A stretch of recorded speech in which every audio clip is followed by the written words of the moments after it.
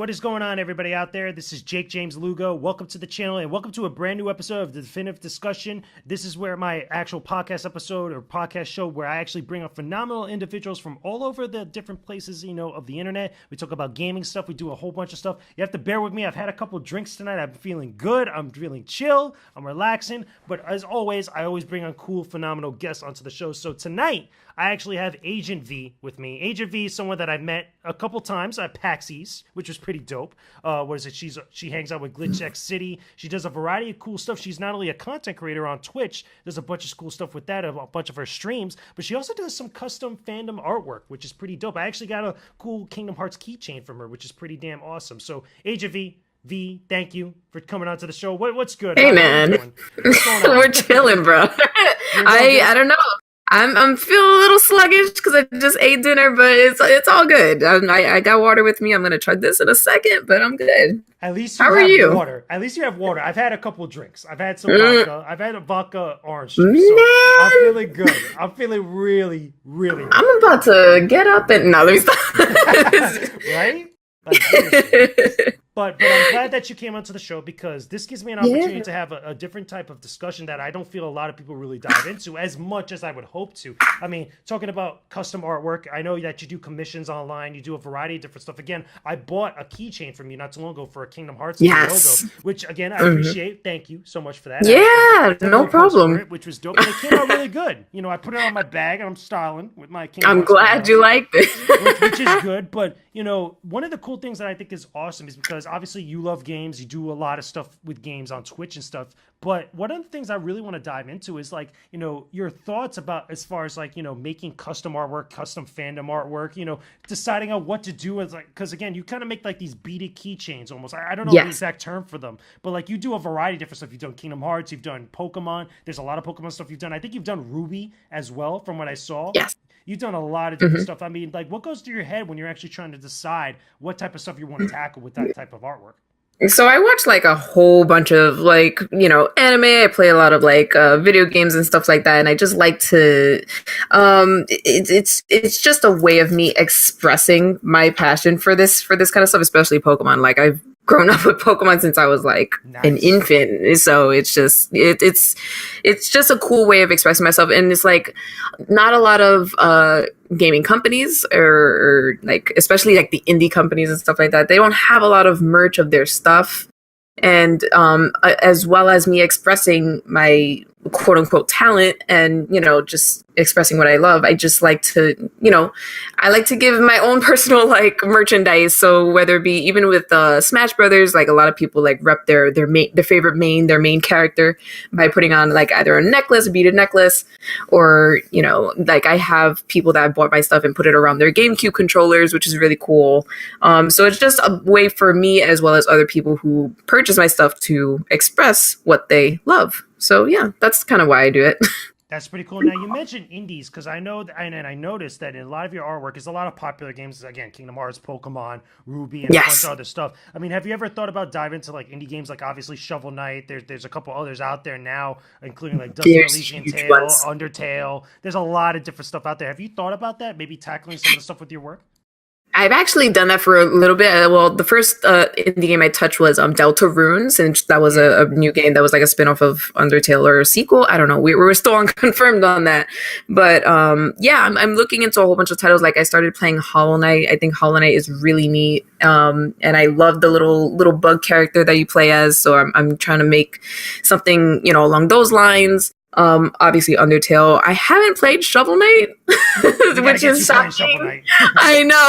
It's a lot of people are saying oh, come on, it's 8-bit and all this stuff, you're gonna love it. And I'm just I don't know. It's just, and it's a lot easier for indie games to they love the pixel art and stuff like that. I've done Cuphead before.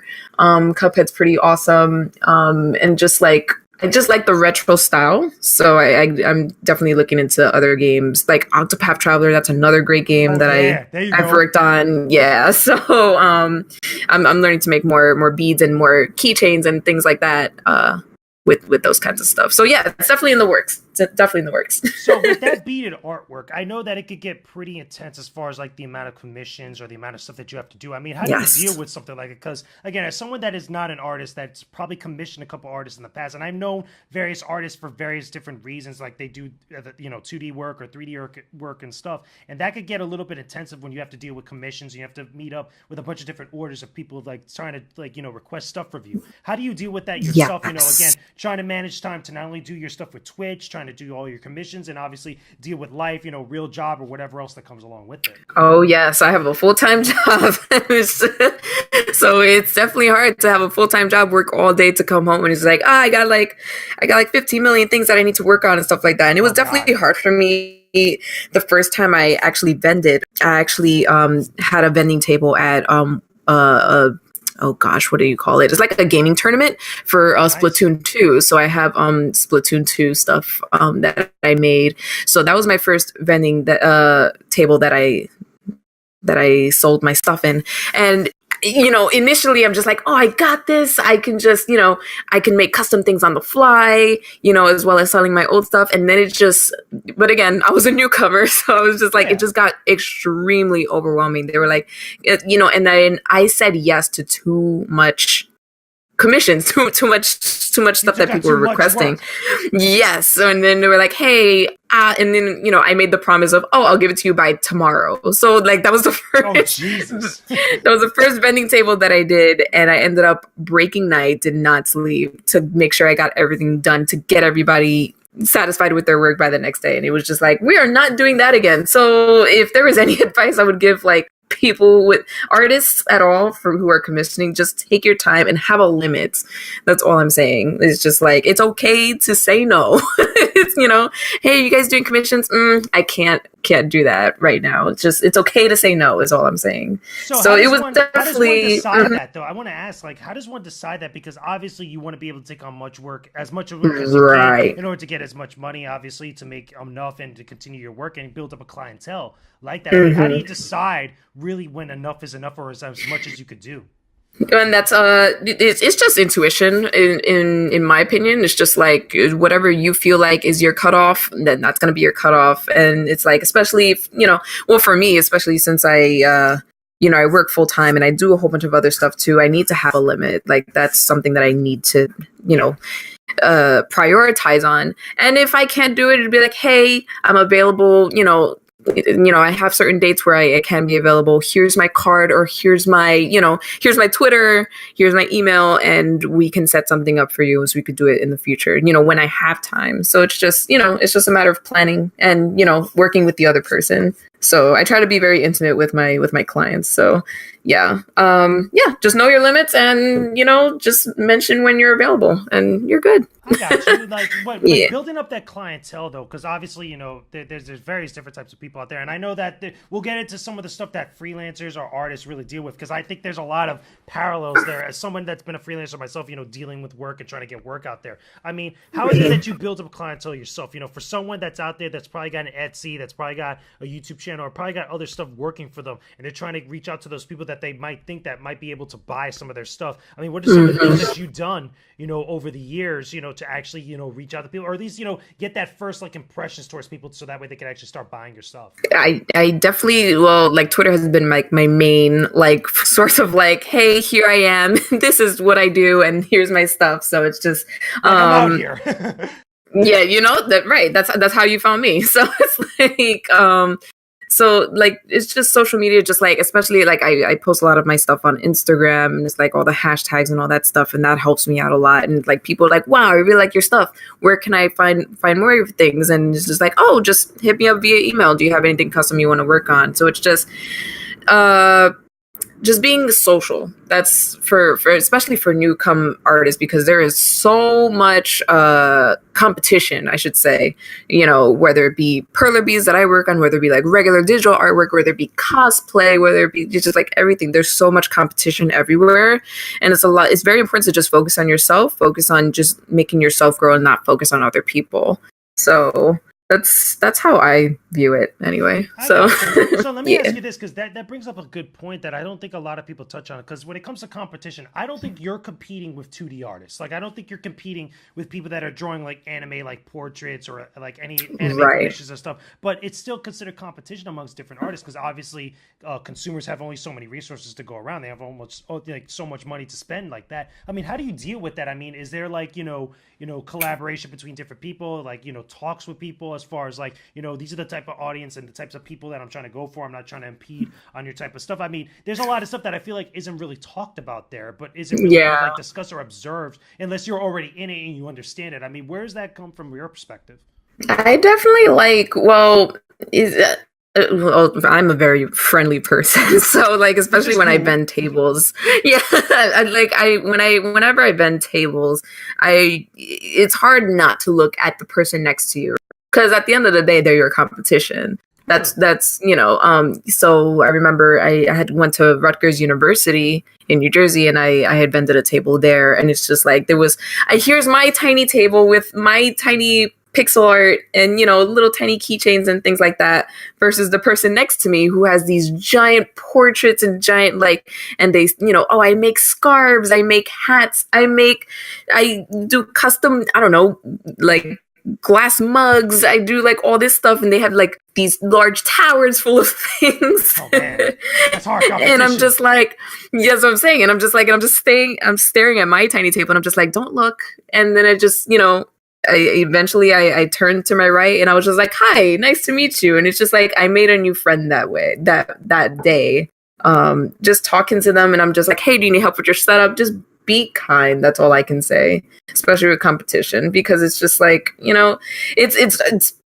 it's hard not to see them as anything but at the same time, they're working hard just like you are. So it's just, you just got to work it out. That's all I'm saying. Do you feel like when things like that happen or interactions happen like that, you guys end up acting a little bit more like adults, and you guys kind of help each other out in a sense where you're not trying to one up the other person, you're just trying to kind of like Correct. push the other person to do what they want to do, because granted, again, you're not making the same type of stuff. Like, you're not making the same type Hmm. of stuff as somebody that's making mugs. You're not doing the same type of content that somebody that's doing 2D animation or doing all this other stuff. But at least you both are artists, and you have your own Yes. tables and stuff. But do you like guys at least push each other to do different stuff, or at least to kind of like get that extra clientele as opposed to trying to knock the other person down? From what I've seen from the places that I've vended and the people that I've met, it's just at the end of the day, we're just like, and then the person that I was with and the people that I do hang out with, they're just like, they're really curious more than anything.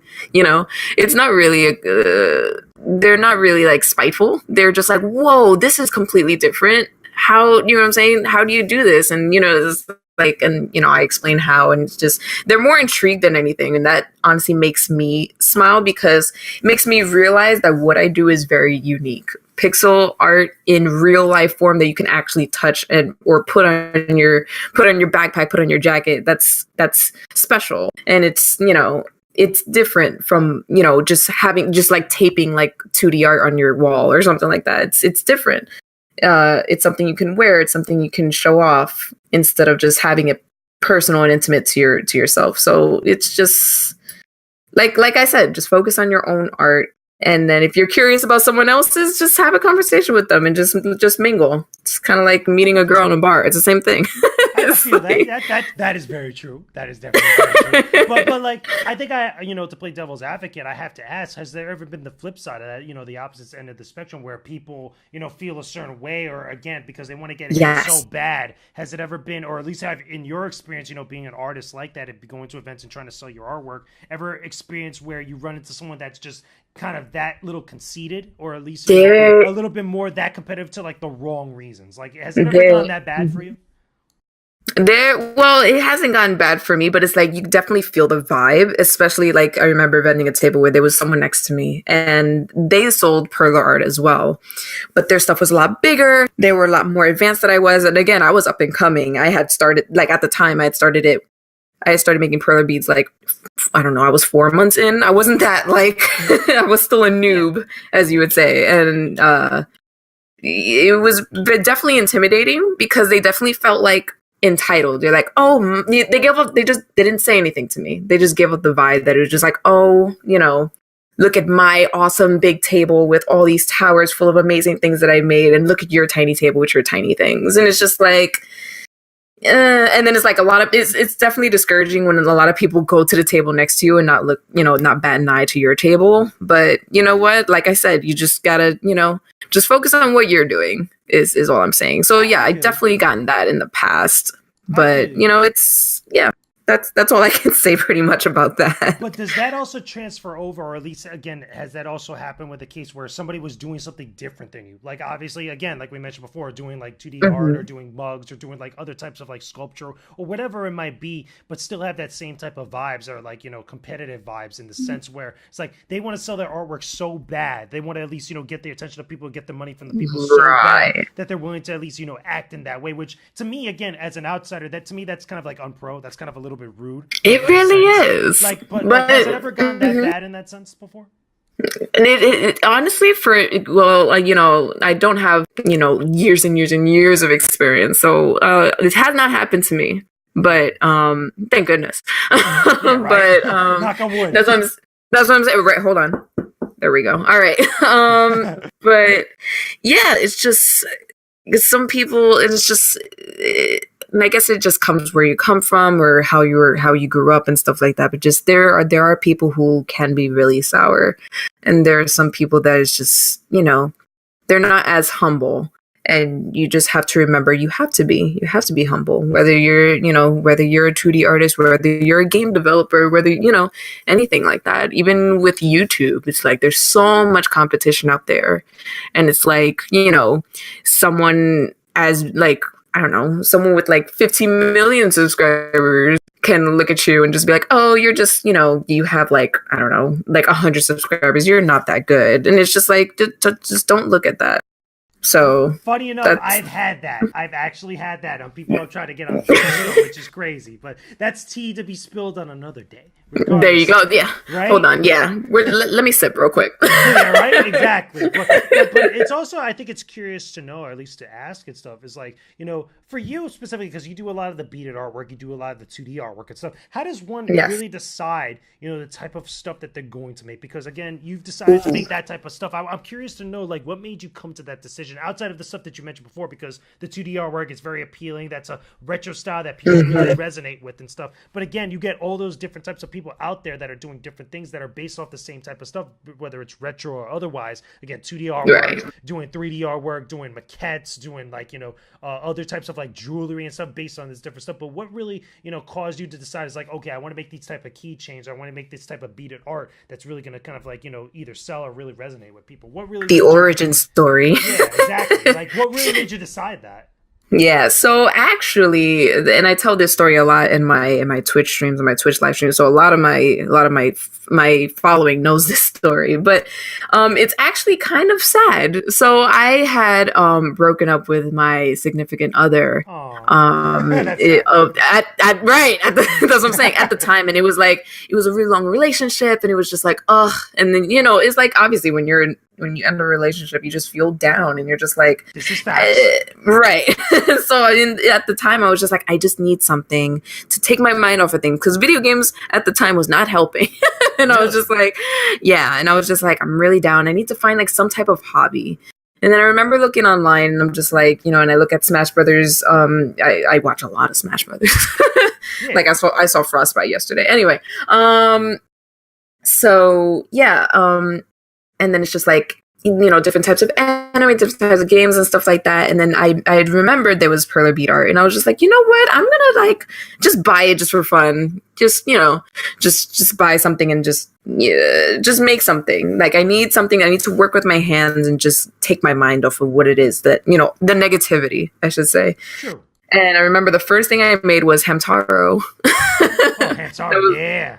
Yeah, that was the very first thing I made. And I was just like, this looks really cute. And when I ironed it, which I don't know if you know, but with my perler beads, I ironed them. And that's how they melt together. So So when I ironed it and I looked at it, held it in my hand, I was just like, this is cool. I want to make more of this. And I was just like, because it was so smooth, it was so soothing just listening to, like, let's say a podcast or like a Spotify playlist, and just doing that, and just like the world is gone, the world is shut out. You're in tunnel vision. You become Zen almost. Right. And I was just like, I love this. And I was just I was like, let me make this a thing. Like, I'm making a lot of these. Let me post it. It'd be like, show the cool things that I made. Here I am. So thanks to my ex who broke up with me. Like, thank you next, like Ariana Grande. Anyway. Yeah. So yeah, it's ironic, and it's definitely interesting how it came about, but that's the story. Yeah. So, do you think like a lot of that same type of vibes? Because again, you mentioned like Zen, being in that zone and doing that stuff. Do you think that's transferable between all different types of forms of art like that? Again, being an artist yourself that makes this type of stuff. Again, you have your own story, obviously, like what you just told. But do you feel like that same type of vibe or that same type of emotion could transfer over to other people that do different stuff but experience the same type of emotion? Have you ever talked with anybody else about that? I honestly feel that is true. So this can even boil down to video games, because a lot of people have video games as their hobby. If you're having a bad day and you're frustrated, like let's say you're playing, I don't have no idea, if you're playing a platformer like Crash Bandicoot and you keep dying in that one spot constantly, and you're just like, why? And then you just get angry, you throw the controller. So it's like when you're playing Smash Brothers and you keep on messing up, and it's just like that negativity is going to reflect in whatever it is that you do. And that goes with art as well. You know what I'm saying? If you're having a bad day, your art is going to reflect on your work.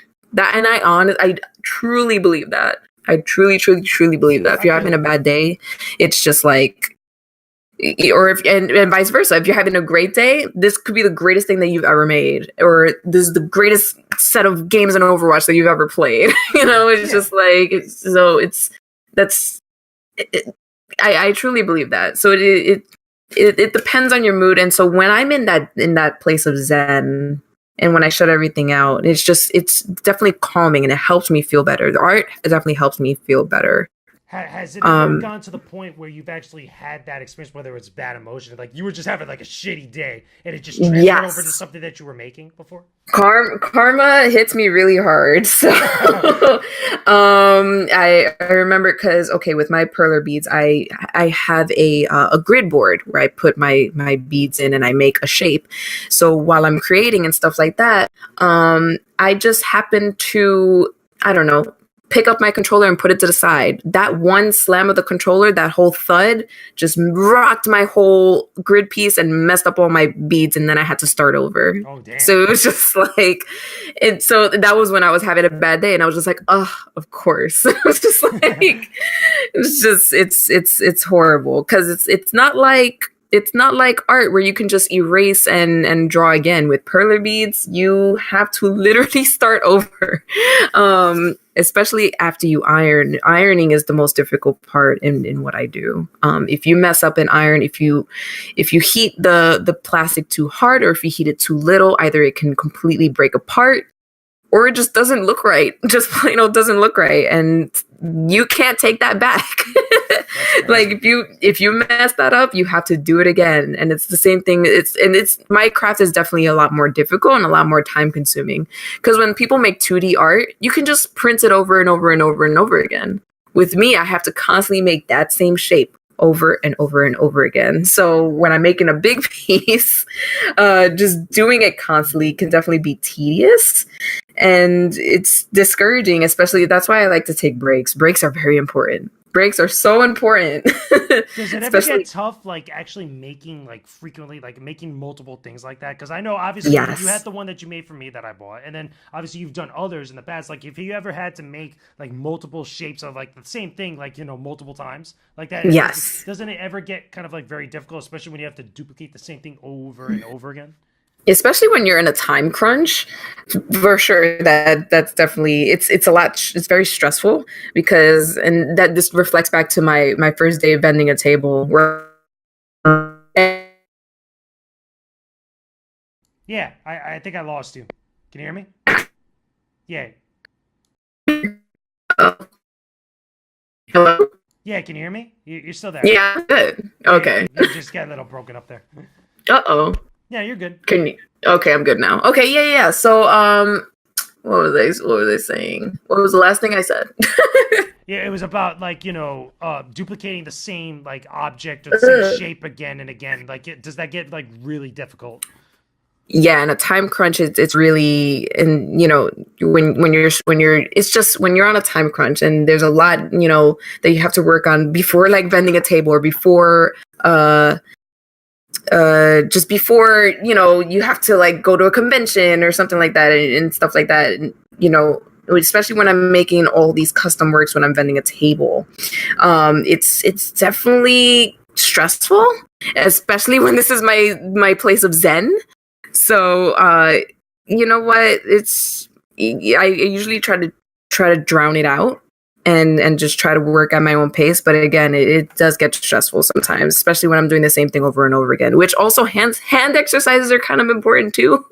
Because your hand gets very cramped when you're stuck with those tweezers like in that same position for so long. So, it's good to stop, take a break, stretch, get up and walk around, things like that. So I can relate. I can relate, especially being on like my computer all the time, writing and making videos and stuff. I think there's a lot of transferable or parallels there between the different stuff that we all do and such. If there's one thing, a good way to wrap this up, if there's one thing that you feel like new artists or people that are up and comers that are just starting need to know, at least with your experience, what do you feel like you could tell them that at least could aid them, in their own journeys like that? Sure.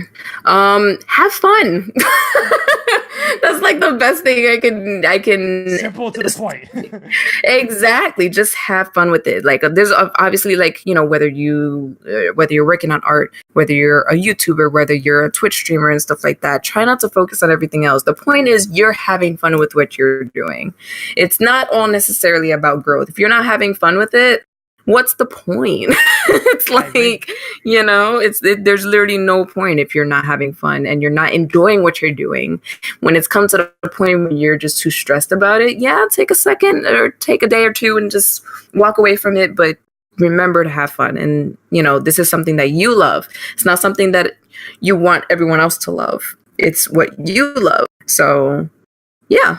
That's my advice. I think that's good advice. I think that's something that a lot of people need to hear, and at least rehear it again and again, because I feel like that gets lost in translation. It gets lost in the noise of a lot of other stuff that's out there. Oh yes, stuff that's I think is really important. But V, thank you so much for chatting it up with me on this episode. We're going to talk more on EX mode. We're going to do a little bit more discussion on the Patreon exclusive. So guys, if you're listening to this episode, you guys are going to get more. If you follow me on Patreon, there's a lot of extra bonus stuff that we have on there on the Patreon page that me and AjentVee are actually going to really discuss. It's going to be a lot of fun and stuff. But V, where can everybody find you right now? You're on the socials. You're doing stuff. Yeah. You're doing a whole bunch of stuff. Where can everybody find you right now? So I'm definitely on Twitter. Please follow me on Twitter. That's where I post most of my art, post most of my updates. So twitter.com/AjentVee. I'm also a Twitch streamer, as I said, part-time for right now, but we're trying to work on the full-time gig. So that's also twitch.tv/AjentVee, and also my Instagram. I post a lot of memes there. It's funny there. Instagram.com/AjentVee. Etsy store is coming soon. For right now, I just do custom work for everybody. But yeah, those are my socials. Follow me up there. I'll let you know when my Etsy opens up if you follow. There you go. Yeah, of course I follow. I follow you on Twitter. I follow you on everything, straight up, even on Twitter. And then on this guy's awesome. Yeah. So, which is dope. But there'll be links in the description box below so you guys could go directly to your stuff. Send her some owl hugs, please. Do that at least and stuff. And eventually when your Etsy store opens up, we'll update it so that way we can actually have it on there for everybody in the description box. Oh, yeah. That'll be awesome. So are there any projects that you could think of right now that you're working on that you could share with everybody? At least, stuff that you're working on at the current moment? Ooh, so right now I am actually working with what's called Pix bricks. They're not necessarily perler beads, but they're a version of Legos. So I'm doing some 3D kind of things. So stay tuned for that.